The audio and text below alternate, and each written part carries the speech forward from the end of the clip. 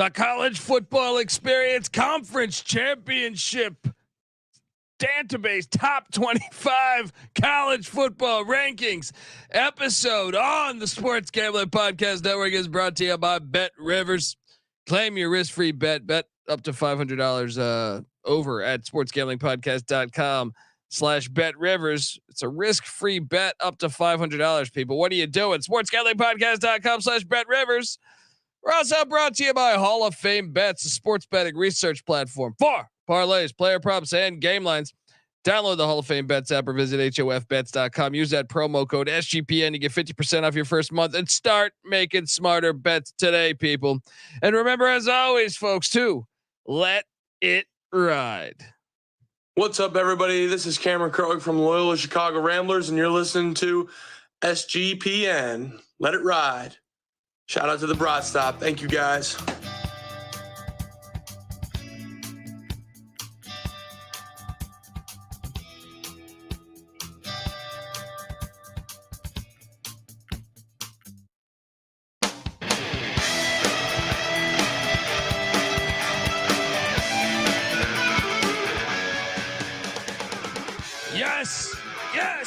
Yes. Woo!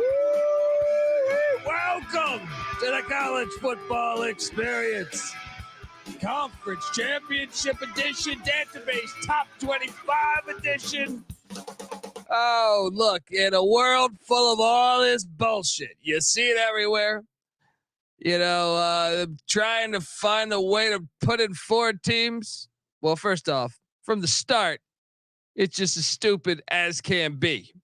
All right. But we're going to try our best to do what we think is the most honest version of the system.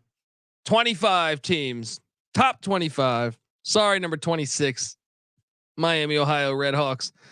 You're not getting in, but I think it's honest. We should put this in the Patreon at some point to just so you know, folks. I've been number crunching here, as I do each and every week, about what I think the top 25 teams in the country should be as of right now, essentially. So this is that episode. If you're wondering who the hell you're listening to, well, my name is Colby Swinging Dantabase Dan, aka Pick Dundee. That's not a pick. This is a pick. He was raised in the land down under, where a man thinks on his feet, speaks with his fists, and lives by his wits. When Dundee happened, he was a superstar. I'm probably drinking too much and celebrating too much and not sleeping. I would have killed a normal man, but no, that's gone. The medical advice I got from that was like being hit by lightning. Pretend it never happened and get on with your life.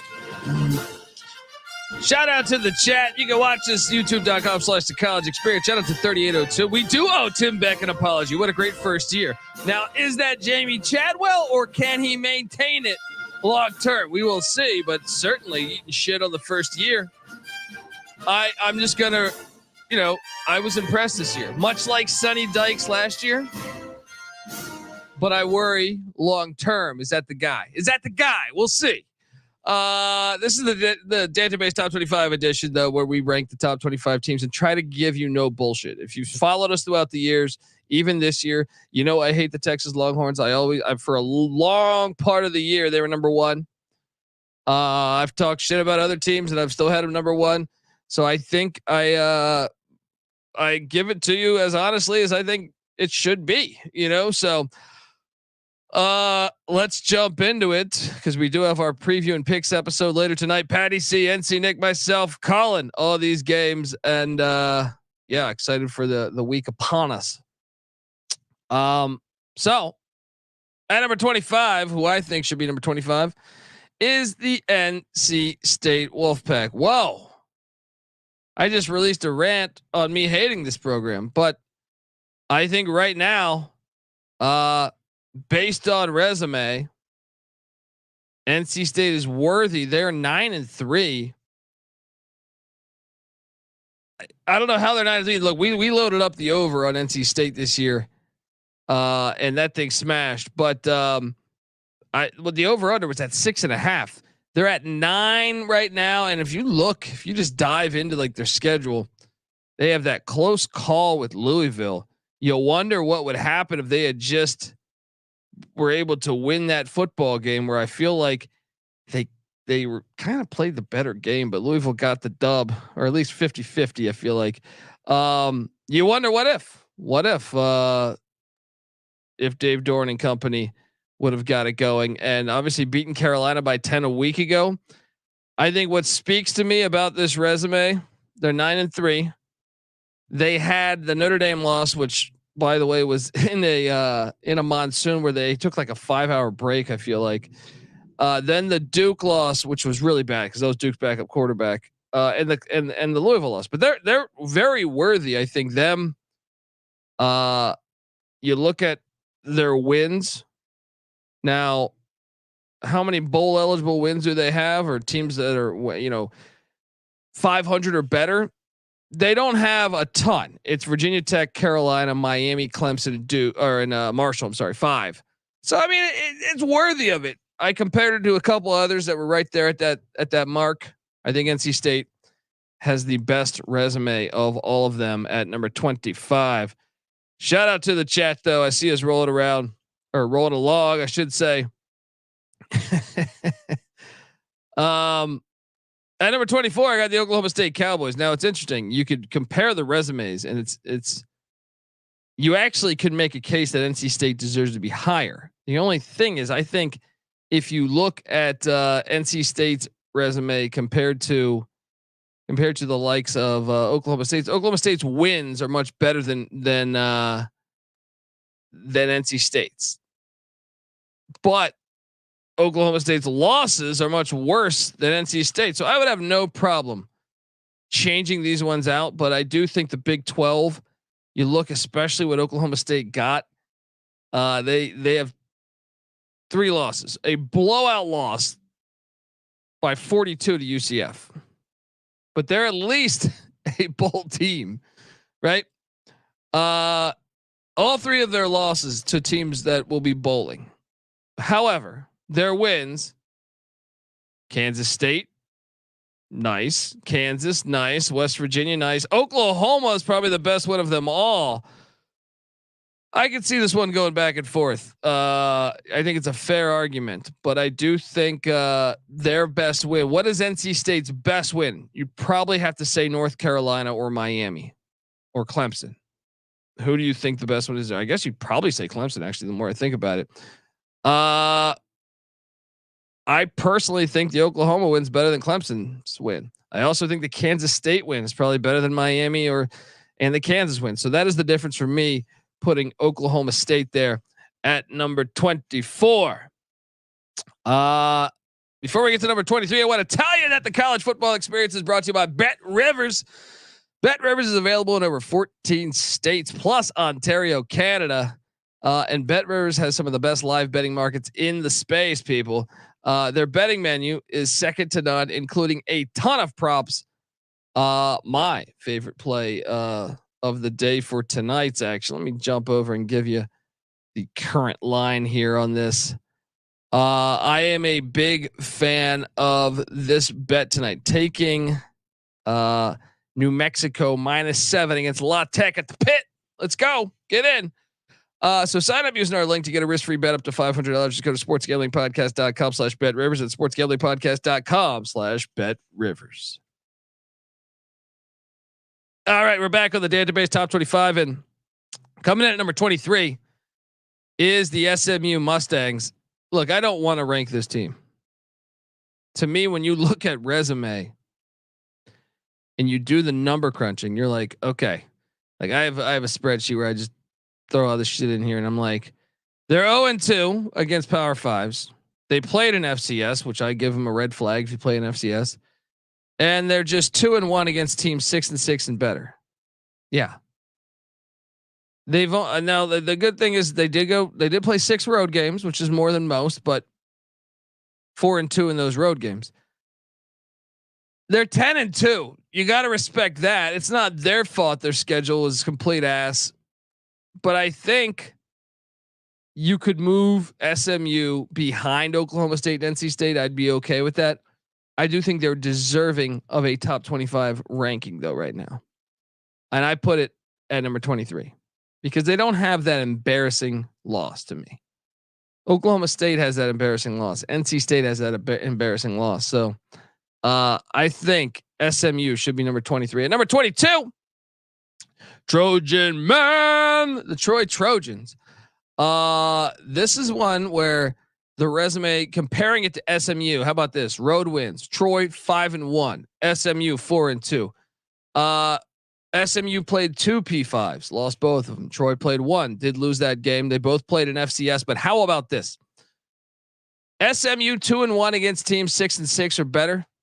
How about Troy 6-2 against teams that are 600, 6 wins or better, essentially 500 or better. So I think that's the real reason why the Troy Trojans are where they are, and I think that makes a lot of sense. So there's that. At number 21.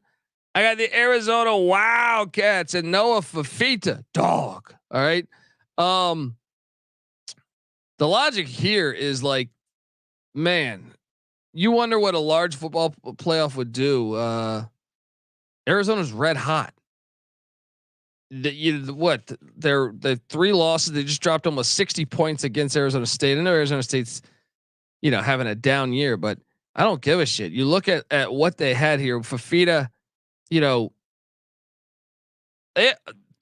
of their 3 losses are in overtimes. 43-41 at USC in Fafita's first ever start, right? The road start, yeah. And then the Washington game, 7-point loss.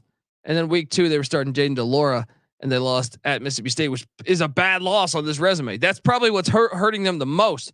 You look at the wins, especially against teams with winning records. Beating Utah, beating UCLA, beating Oregon State, all recently too. And the way some of those outcomes, turned out, I think they're deserving of this spot. And hell, you can make a case. I know Georgia's on that 29 game win streak. I know Florida State's won a ton in a row. Damn, Arizona's turning it on though. They're really hot right now. So, that's my logic there at the Wildcats being number 21, and I'll play their song. W-I-L-D. That's W-I-L-D. Wildcats. At number 20, I got the LSU Tigers. Brad Kelly and his family. Look, the main logic here was, I know they had that common opponent with Arizona, where they both played Mississippi State. I also believe LSU's been more consistent all year. Early in the year, Arizona was a little bit iffy. All year, LSU's been a pretty damn good team. You got the 3 losses. The bad thing is Arizona, and this is why you could milk that Arizona argument. Arizona's losses all by 1 score. Right? LSU's ass, their losses, they got their ass kicked. 21-point loss against Florida State, right? Well, I guess 6-point loss at Ole Miss, but the other one was what? 14-point loss at Bama. And even with that, I felt like they dressed it up a little bit. That would be the one big difference there. And you do look, and if you're comparing and you say, what are the wins LSU has against winning teams? The Missouri win means a lot, even though they probably, I don't know how they won this game. They only have wins against Missouri, Texas A&M, and Georgia State that are teams with winning records. Now, Army, if they beat Navy, will be 6-6. That could be a 4th. The resume is not outstanding, but I put them in Arizona in the same bin. They should be playing Arizona in a bowl game if it was up to me. Either way, that's what I think, and I think that is a honest and a good ranking for the LSU Tigers. At number 19, I have the Notre Dame Fighting Irish. Wait a second. How could you have Notre Dame there? Notre Dame's resume is actually somewhat impressive. Obviously they have the close loss, but I don't even give a shit about that. I'm looking at the NC State win by 21 points. That's a 9-3 team, right? They also beat the piss out of USC. I know USC was down this year. The Duke win is decent. Those are the ones that are really standing out on the resume. I think if you put them side by side with LSU's, I think Notre Dame's resume is better. I think Notre Dame, in the losses they've lost, 3-point loss to Ohio State. We all know what happened. They didn't have 10 guys on the field, right? Or they had 10 guys on the field, back-to-back plays. 13-point loss at Louisville, 8-point loss at Clemson. They were in pretty much all those games except the Louisville one. I feel like Louisville just dominated that one start to finish. I think that speaks a little bit more to the Irish than it does LSU, and that's why Notre Dame should be, I think, the top ranked 3-loss team. So there's that. And look, I don't have anything interested in this. I don't like Notre Dame. All right. And I'm giving them that respect because the schedule was a bit wild. So, and I know Michael's asking, where does ECU rank? They're in the bottom 25, which I should start doing very soon. So yeah, that's the top 25. We're loaded up here. We're 19.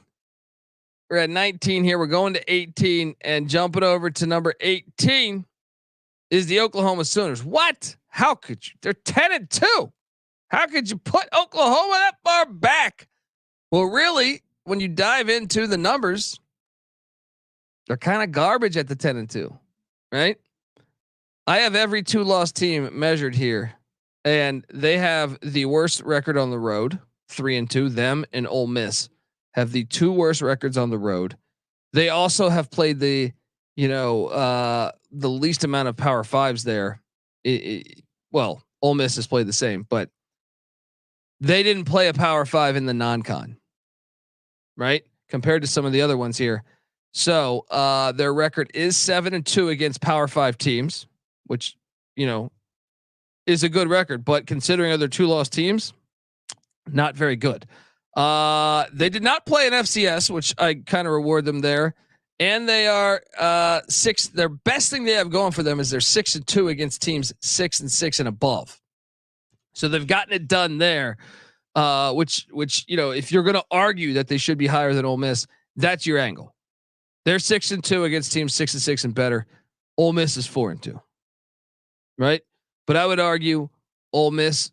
We'll get into this here, but Ole Miss strength of schedule I think is a little bit better than they played more Power 5s. So there is that too. But also that Tulane game Ole Miss played as opposed to, because they played Georgia Tech and Tulane in the non-con. Comparing that to the likes of what Arkansas State and SMU, not comparable. Ole Miss has a little bit better there, a little tougher. So I have the Oklahoma Sooners at number 18. At number 17, I got the Toledo Rockets. They're 2 points away from a perfect season. They lost the first week of the season to Illinois, and they were up 95% of that game. I watched that entire game. It was a good game, and it's got to be heartbreaking that they gave up. I think they had Illinois at like a 4th and 8, 4th and 10, and Illinois, who hadn't completed much all day, hit like I want to say it was like a wheel route or something for like 25 yards. It was all the difference in the game. They end up losing. They should have won that game and they'd be undefeated here. And if you dive into the numbers with Toledo, they're 5-1 on the road. They played 6 road games. They did lose their only P5 matchup. They did play an FCS, but get this, they're 5-0 against teams 6-6 and better. That is impressive, including that San Jose State win. So I think they're worthy of that ranking at number 17. At number 16, I got the Missouri Tigers. Wait a second. They're in the 12-team invitational. How could you have them so far back? It's really just looking into it. They've only played 4 road games. That should matter because I think that's how you learn if you're a good team. They're 3-1 on the road. That is the least amount of road games for any 2-loss team in the country. Them and Penn State, right? They're 7-2 against P5s, and the reason why I give Penn State a nod ahead of them is Penn State's 8-2 against Power 5 opponents. They both played FCS teams and both played FCS playoff teams at that. They're 4-2 against teams 6-6 and better. Meanwhile, Penn State's 5-2 against teams 6-6 and better. So that is why moving forward, I'm going to have Penn State ranked higher than Missouri. But I think Missouri, this is the thing you can argue here. Tulane or Missouri. I think it's a good argument, and I would be okay with them reversed. But Tulane, only has 1 loss. Missouri's got 2. Well, Missouri plays in the SEC. Fair. But Tulane is 5-0 on the road. Missouri's 3-1. Tulane also lost their only game to Ole Miss. It was actually a lot closer game than the final score indicates, and they did it without their starting quarterback. But I'm trying to be honest to the system. I think the thing that really is impressive, though, is the fact that Tulane is 4-1 against teams 500 or better. It's a better record than Missouri. I'd be okay with them switching them out because I do believe Missouri's, the SEC is tougher than the AAC, obviously, but I'm giving them that one game there. So I think it's a fair argument. But at the end of the day, the better record against the teams record-wise, I think should speak to something.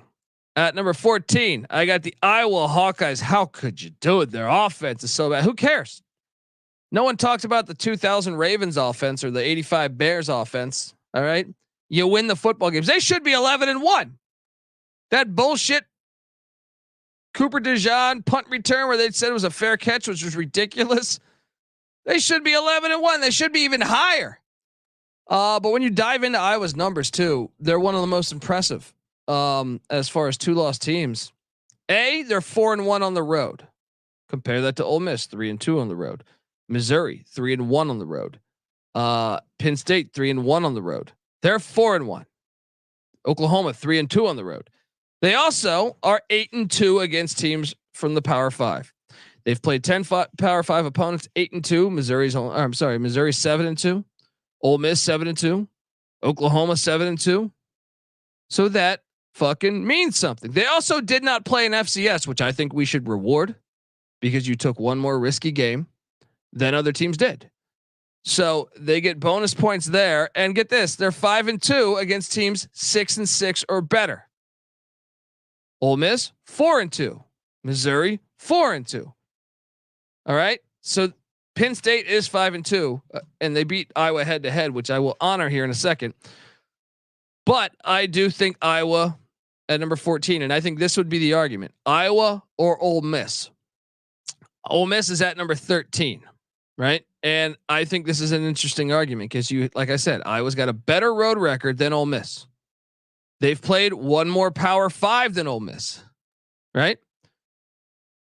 They have a better record against teams with 6-6 or above than Ole Miss. However, I buy into the fact the SEC West is better than the Big Ten West, and Ole Miss having to play Alabama, LSU, Texas A&M, that matters, and that was the difference for me. If they're neck and neck, I would have no problem if they were reversed because I think that's fair. At number 12, I got the Penn State Nittany Lions, and I was arguing on behalf of them. I'm not a Penn State fan by any means. So here's the thing: their road wins are only 3-1. However, they did play 10 Power 5s, 8-2 against those Power 5s. 1-1. They did play one FCS game, and they're 5-2 against 6-6 teams or better, which is almost the best record on this entire slate for 2-loss teams. There's only one team with a better one. Two teams with a better one. So Penn State, in my opinion, is deserving of this spot. They also beat Iowa 31-0. We have proof of that. Those games should mean something. That is why I think Penn State should be the number 12 team in all the land. At number 11, and really, you got to wonder what if. It's unfortunate that they didn't beat Kentucky because I think this would have been a perfect resume to, argue essentially. The Louisville Cardinals, they have an unbelievable thing here when I'm comparing all this shit. So Louisville is 4-1 on the road. So they've played 5 road games. They have a better road record than Ole Miss, Missouri, Penn State, all of them, Oklahoma. Now get this. They played 11 Power 5s. They are 9-2 against Power 5s. That is by far the best record against Power 5s of any 2-loss team in the country. They also did play at FCS. Okay. Let's hurt them for that. But get this. They're 7-1 against teams 6-6 or better. And had they beat Kentucky last week, they would be 8-0 against teams that were bowl eligible or better, like 6-6 or better. That's unbelievable. That 7-1 record is way better than anything on this fucking slate. That is why they belong at number 11 to me. And you can only wonder what if had they beaten Kentucky. We're gonna get to the top 10 in a second here, but I want to tell folks out there that the college football experience Dantabase top 25 edition is brought to you by Underdog Fantasy. Underdog Fantasy has a way to play alongside your favorite fantasy players all season long. They got NFL, they got NBA, they got NHL, they got college basketball, and they got college football. Simply pick higher or lower on your favorite fantasy player stats and cash in. So I mean, look, this thing is awesome. I cannot rep this product enough because let's just pull it up right now. Let's pull it up right now, and they just have these cool props that you just would not find anywhere else, in my opinion. So let's take a look, see if they got the college football action flow, and they do. Diego pissing Pavia, higher or lower on a half rushing touchdowns. I personally think higher. That is in the Conference USA Championship game, New Mexico State at Liberty. Now you got to pick two. You got to pick somebody from another team. That's the minimum you can do. But they have all these games loaded up for all championship week here. Let's look at Liberty's Caden Salter, higher, lower, 1.5 passing touchdowns, higher, lower, 47.5 rushing touchdowns. I think that's one that is appealing to me. Or maybe you don't want to touch that game. Maybe you want to jump down to Vegas, Oregon, Washington. Bo Nix, higher or lower than 322 passing yards. I kind of lean higher there. Bucky Irving, Ducks running back, higher, lower, 91.5 rushing yards. I kind of like that play too. And Bo Nix over or higher or lower, I'm sorry, than 11.5 rushing yards. I'm going to load up on that. I'm going with both quarterbacks, Pavia, Bo Nix. Let's throw $30 on that for a payout of $112.50. Let's fucking go. I just loaded it up, folks. What are you doing? You got to get over to Underdog Fantasy because I honestly think their product is better than everything out there, pretty much.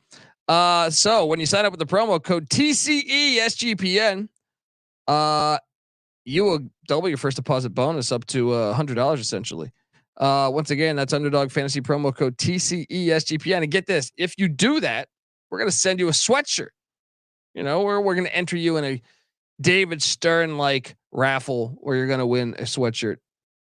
Just make sure you take a screenshot. Find me on Twitter at TCE on SGPN. We'll show you all the stuff from there.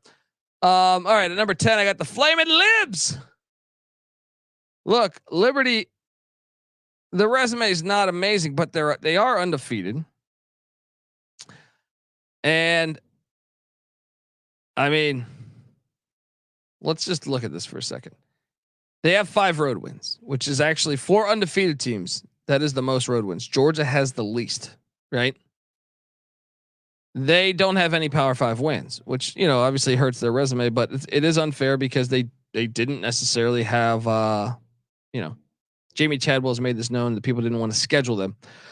They did not play an FCS though, and I reward that. They're also 5-0 against teams 6-6 or better. I think that's worthy of the number 10 spot. I would have no problem if you thought Louisville playing 11 Power 5s is better than that. I think it's right neck and neck. They deserve to be a top 15 team. I can tell you that. But this is one of the harder ones to grade until you have auto bids. You know, it is one of the harder ones to grade. But we got to reward teams. It's not their fault. It's like Boise. I remember, meeting some of the people at Mountain West Media Day, and Boise's athletic director and stuff. They can't get anyone to schedule him. If you can't do that, we need a system that works. Then we got to reward undefeated seasons until we have a system that works. And the Flamin' Libs, I think we are rewarding with the 10th spot in all the land. At number 9, I got the Ohio State Buckeyes. How could they drop that far back? They only lost 1 game, Dundee. Well, so did all the other teams. Every team that's left is either undefeated or has 1 loss. But you dive into the stats here. Ohio State's 5-1 on the road, which is impressive. I know they had the fortunate Notre Dame thing, but hey, We're just looking at the result.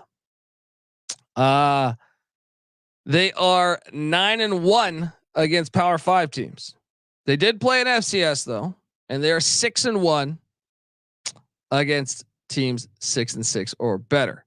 However, they never had the lead against Michigan. Not at any instance in that game did they have the lead. So compare that with what we have next, and we should have a fun little argument. At number 8, I have the Oregon Ducks. So what's the logic here? Why would I have Oregon ranked higher than Ohio State? Let's compare. First off, Ohio State is 5-1 on the road. Oregon is 4-1. That's 1 for the Buckeyes. They're both 9-1 against competition. P5, Power 5 competition. However, and they both played FCSs. However, though, I do believe that Oregon has the Pac-12, the schedule that they had, I think is better than Ohio State's. Taking that into account, they played more, tougher opponents, I believe.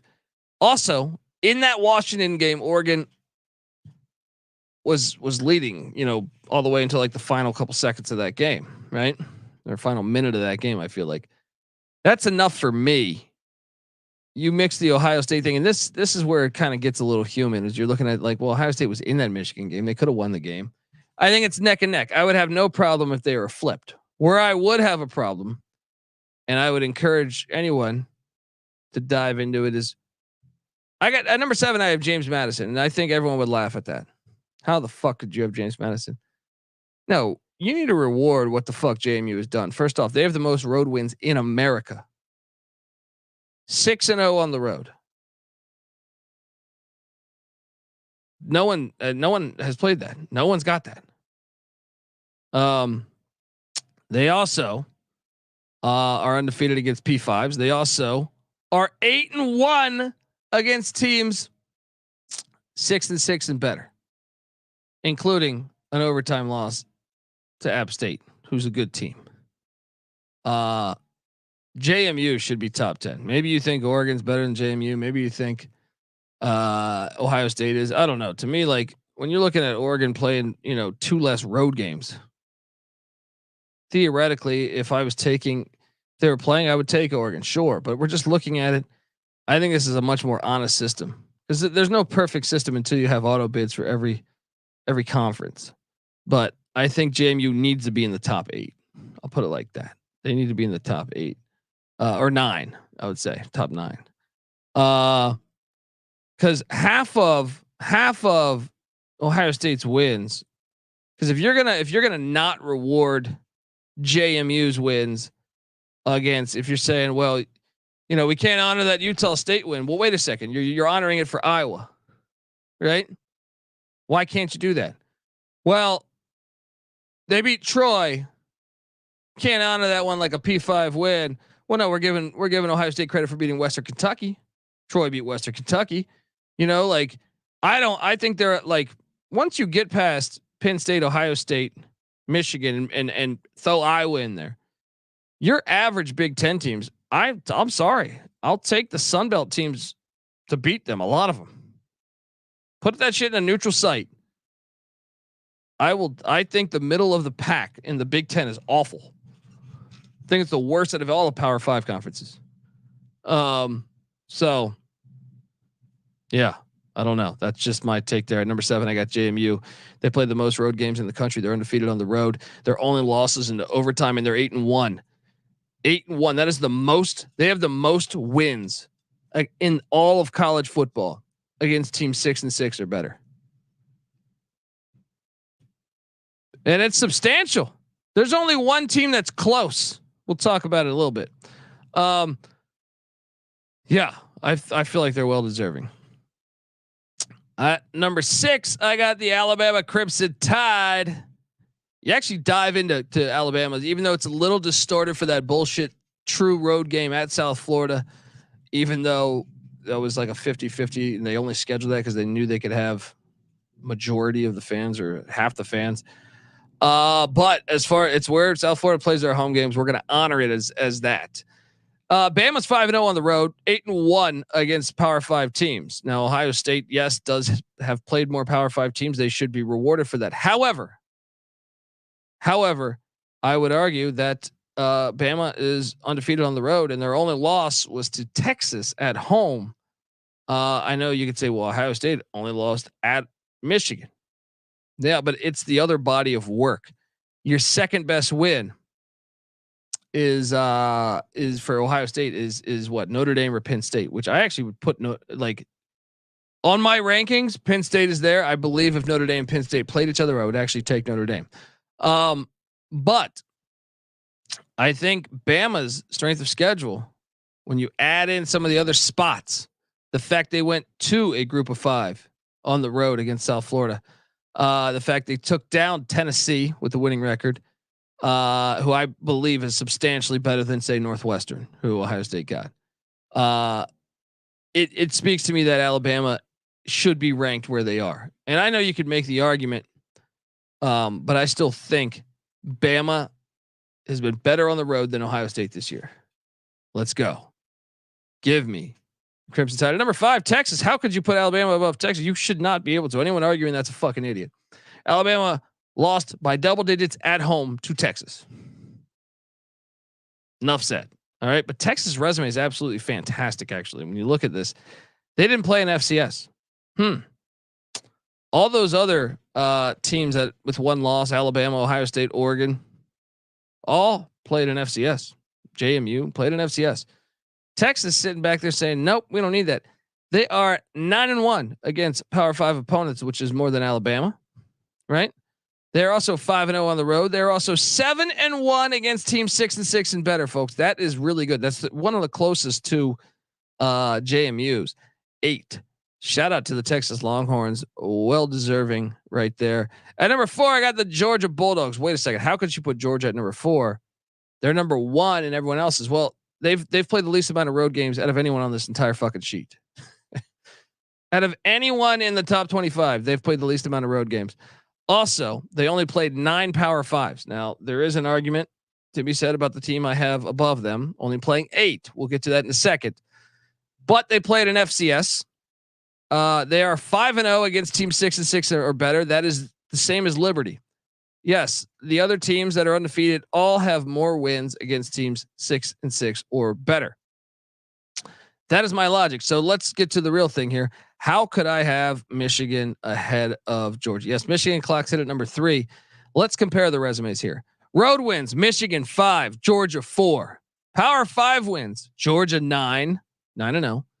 Michigan 8-0. However, Michigan did not play an FCS. I reward that. Also, wins against teams 6-6 or better. Michigan 6-0. Georgia is 5-0. So Michigan has actually played better competition throughout the whole year than Georgia. Let's go. That speaks for itself. I think this is a pretty fucking honest and fair system. At number 2, I got the Washington Huskies. The logic here is Washington with those wins surpass. I know they were further back not long ago. They're 5. They have 5 road wins. Once again, more than Georgia. They're also 9-0 against P5s. I'm sorry, they're 10-0 against P5s, where Georgia is 9-0. That should matter. They are also 7-0. First off, they didn't play an FCS, which Georgia did. They're also 7-0 against teams 6-6 or better compared to Georgia's 5-0. There should be no argument about this. Washington's resume and for this college football season, much better than Georgia's. At number 1, I got the Florida State Seminoles. Yes, I understand their quarterback's injured, but I don't give a shit. Look at what they have done. 5 road wins, 10-0 against Power 5s. They did play an FCS. And that's why you could argue this. You could argue that Washington should be number 1, especially when they played an FCS. You could argue that Washington, actually, we should probably change that just because of when they did it. But they have the same record, 7-0 against teams that are 6-6 or better. I actually just think I just convinced myself that Washington should be number 1 and Florida State should be number 2. For some reason, I think I was thinking that that Florida State did not play an FCS, even though my notes say it right there. Yeah. So I'm going to flip that. Boom. The Washington Huskies are number 1. Florida State is number 2.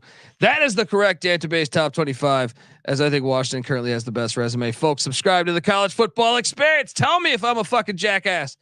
Bring it on. I'd love to argue this because I think my logic is way better than anything we've seen out there. Sure. Conflict of interest. Sure. What are you doing? Subscribe to the College Football Experience. We're on Twitter at give us a follow on Twitter at TCE on SGPN. I'm on Twitter at TheColbyD. Tell me your thoughts. And what would this do? Let's talk about this for a second. Moving forward. If it's like that, then you have Washington 1, Florida State 2, Michigan 3, Georgia 4. Obviously, if those 4 teams win, that should be your fucking playoffs. But if not, let's say Florida State loses to Louisville. I think that would mean Florida State's eliminated for the 4-team invitational. That is. So I can't wait till it gets bigger because 4 is so ridiculous. Well, I actually think Washington's got a legit argument if they lose to Oregon. Obviously, depending on everything else. There's so many scenarios here. A very good fan base is going to get fucked over, or multiple ones. But it's all fascinating, folks. Yeah. Shout out to 3802 in the chat. Fuck the Ducks, he says, and he says EJ Warner to ECU. Let's go, folks. Subscribe to the College Football Experience. Appreciate everyone in the chat. And look, Dantabase.com. I'm Dantabase.com. I'm fucking stupid right now. This is the Dantabase Top 25. Give us a follow. SportsGamblingPodcast.com. Make sure you jump over to YouTube. Subscribe there. YouTube.com/The College Experience. And yes, we'll be back in about an hour, in about 10 minutes, talking me, Patty C, NC Nick, going through every single one of the conference championship matchups as well as the FCS playoffs. We got you covered as we head into December for college football. Until then, this is the College Football Experience. You better start thinking about yours, and we out of here.